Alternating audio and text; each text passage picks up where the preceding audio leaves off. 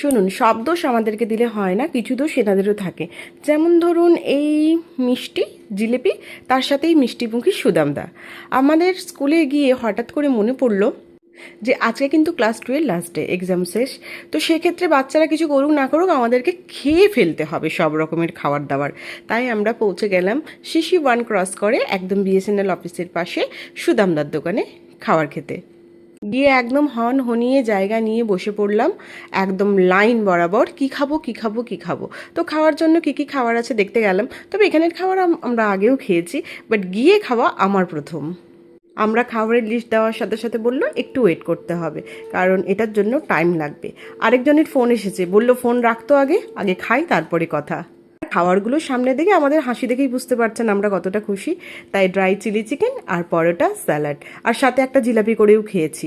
তো খাওয়া দাওয়ার পরে মনে পড়লো এই ছানাপোনাগুলো তো স্কুলে আছে, ওদেরকে তো নিতে হবে নাকি। তাই তড়িঘড়ি আমরা বেরিয়ে পড়লাম স্কুলের দিকে। তারপরে বাচ্চাদের নিয়ে লাস্ট ডেট স্কুল, ক্লাস 2 এর তাই বলে কথা।